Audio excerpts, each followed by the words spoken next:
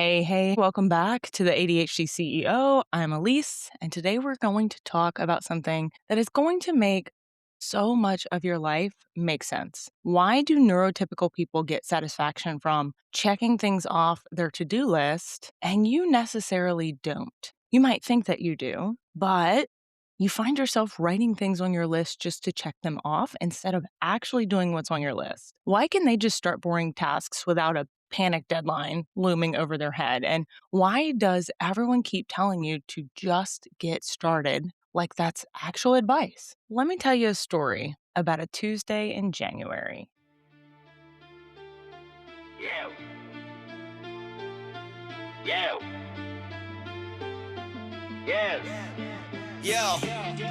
Yo, it's Alyece, say it right, no cap. ADHD CEO, yeah, we run this track. Systems that slap, brains built different. We make sales in our sleep, yeah, the hustle's efficient. This ain't fluff, nah, this is strategy raw for the ADHD. Minds breaking every old law. Hit subscribe, don't miss a single show. We're running on dopamine, let's go. Let's go. Let's go.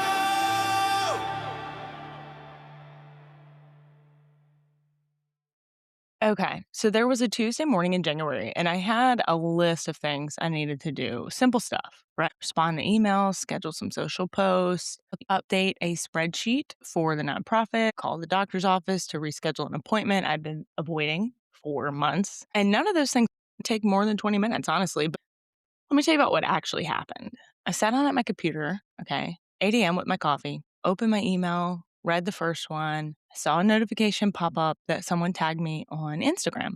So I clicked over to Instagram just real quick. I'm gonna see what it is. 45 minutes later, I'm still on Instagram and I've watched a ton of reels, fallen down a rabbit hole about organizing kitchen cabinets, even though, let's be honest, like, I don't think my kitchen will ever be completely organized. And I'd completely forgotten why I even opened the email. So I close Instagram, I go back to my email, read the same email again, and I think, okay, I got to respond to this. But first, let me just check if that client replied to my message from yesterday on their Trello board. I go open Trello. They didn't reply, but now I'm thinking about this project. I open the Google Drive folder. I look at the document. I make one tiny edit. And then I think, you know what? I actually need to eat breakfast today. I don't do breakfast. I never do breakfast. I am like a coffee till 2 p.m. kind of girl. But I probably should start eating breakfast because in January, of course, focusing on health goals again. So I get up, I go make a bacon, egg, and cheese sandwich.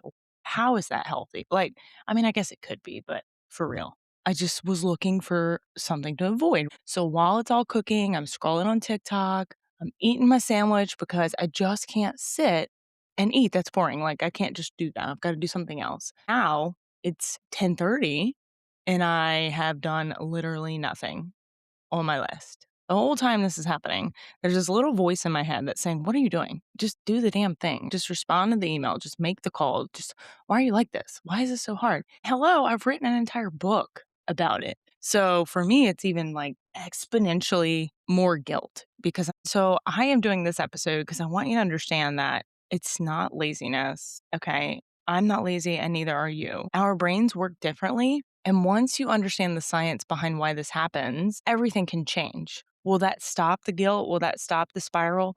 Not always immediately, but you can get out of it a lot faster. And I turn that entire day around. If you've ever been told that you're lazy, know this. People that are lazy are not sitting there feeling guilty about not doing enough or being enough. So let's talk about dopamine. I want to talk about the science for a second. And I'm going to make this really simple because I'm not a neuroscientist. I have no medical license. I guess that could be my little disclaimer for this episode. But I'm just someone who's lived with my HD my entire life. And now I'm raising 3 kids that are neurodivergent. And I've spent years learning how my brain works. Dopamine is a neurotransmitter. It's basically the brain's reward chemical. It's what makes you feel good and motivated and focused.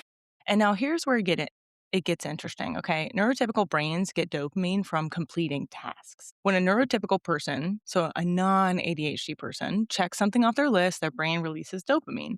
They get a little hit of satisfaction, a little, yay, I did the thing, right?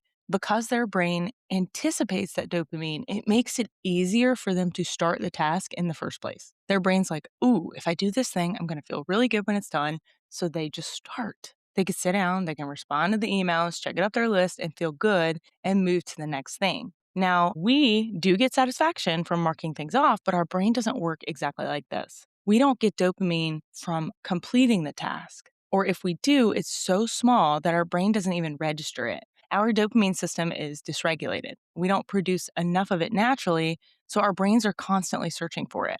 And so, this is why you will often scratch something off your list and turn around and rate something else on it. Boring tasks don't give us dopamine, so the brain has zero motivation to do them. This is why you can't just start folding the laundry. Your brain knows that folding laundry is boring and there's no dopamine in folding laundry. So your brain says, nope, not doing that. Let's scroll Instagram instead because that gives us dopamine. And this isn't a character flaw, okay? This is neuroscience. Your brain isn't being lazy. Your brain is literally trying to survive. It needs dopamine to function. And when a task doesn't provide dopamine, your brain resists it with everything that it has. And so I want to talk about task activation because this is the ability to initiate a task to just start doing the thing. We have something called task initiation paralysis. And we know we need to do the thing, we want to do the thing, but we physically cannot make ourselves start. And people who don't have ADHD don't get this. Okay. They're like, just do it, just start, just sit down, just write the email, just finish it. You'll feel so much better when it's done. But it's not that simple because task activation requires dopamine. And if your task doesn't provide dopamine, our brain literally won't activate.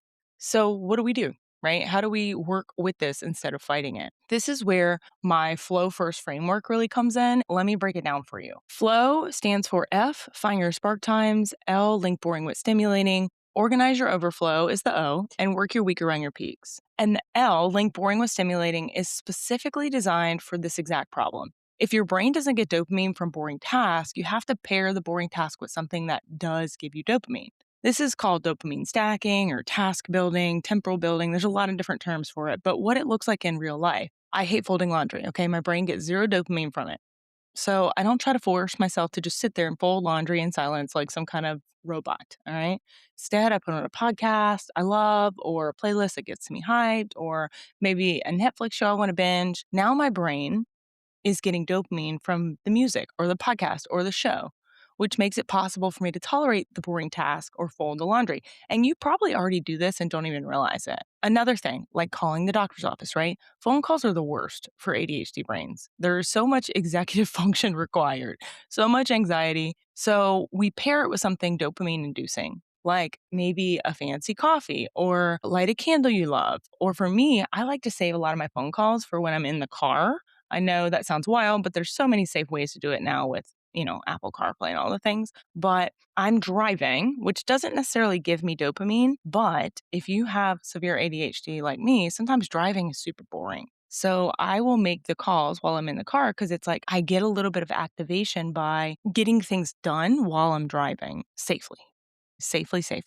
But this is not tricking your brain necessarily. It's not a hack. It is working with how it functions. And so a lot of these symptoms that are actually related to dopamine dysregulation, you might not have realized were ADHD. I'm going to talk about a few of them. Okay. You can hyper focus on things that you love, 18 hours sitting in front of your computer, working on something creative, didn't go to the bathroom, didn't eat lunch, haven't even looked up, but you can't focus on something boring for 5 minutes, right? Watching water boil is like, oh my God, what else should I be doing right now? That's because hyperfocus happens when you get dopamine. Your brain loves the task, so it floods you with dopamine. You can focus on it for hours, but boring tasks, no focus, right? Or you procrastinate until panic sets in because panic creates urgency, urgency creates adrenaline, right? We've talked about that. Or you start a million projects and you finish none of them because there's dopamine in starting, not finishing. So new projects are exciting. Your brain gets dopamine from novelty, but once the novelty kind of wears off, project's boring. Your brain abandons it and moves to the next thing. This is why your bathroom wall's half painted, right? You can't just do simple tasks without a whole song and dance. Again, your brain needs dopamine to activate. And so if there's a task that doesn't provide it, you will create artificially through music or timers or body doubling. It is not that you're lazy. You're fighting against your own brain chemistry every single day. If it sounds like you, welcome to the ADHD club, right? This is what it actually looks like. So this is why I wrote Flow First Thinking because I was so tired of all the productivity advice that assumed we have neurotypical brains. And I was so tired of people telling me just to do it. Like task activation wasn't a legitimate neurological challenge. I needed some sort of framework that really worked with me. And I knew as a mom of 3, a wife, someone running a business, a nonprofit, a household. I had to find a way. In the book, of course, I walk you through exactly how to do this, and I'll put the link in the show notes for you. But it's written specifically for people who don't finish books. I know that's crazy, but I know you have a graveyard of self-help books on your shelf. I do. Or a bunch in your Kindle or your Audible that you haven't finished. And so I did design this book differently. Shorter chapters, real stories, immediate application. So again, I'll put the link in the show notes, but it's worth checking out. Okay. And definitely plug into the TEDx as well, which is kind of the appetizer to the whole situation, but you'll see how it's built, how the framework is built. Once you stop fighting your brain and you start working with it, you'll stop feeling guilty for needing music to do the dishes or beating yourself up for procrastinating until last minute. And instead, you'll start building systems that actually work for how your brain operates. You start protecting your spark times. You start linking boring with stimulating things. And that brings dopamine that you didn't even know you needed. You start designing your life around what your brain is at its best, not what society believes your brain should be. And you start finishing, not because you forced yourself into more discipline, but because you finally have a framework that works the way you work. That's what flow first thinking is all about. And I cannot wait for you to experience it. So that is it for today's episode. If you got any value out of this, please leave a review. It's the best compliment you can give. Screenshot this episode, throw it in your stories, tag me at socially.awesome on Instagram. Let me know which symptom hit you the hardest. If you want to dive deeper into the framework and build your own flow system, make sure you grab the book. I'll have the link in the show notes for you. But this is how everything will change for you. Whether you were early diagnosed, late diagnosed, I know the struggles. Promise you, everything I've built is from experience. And until next time, make it simple, make it social, and make it awesome.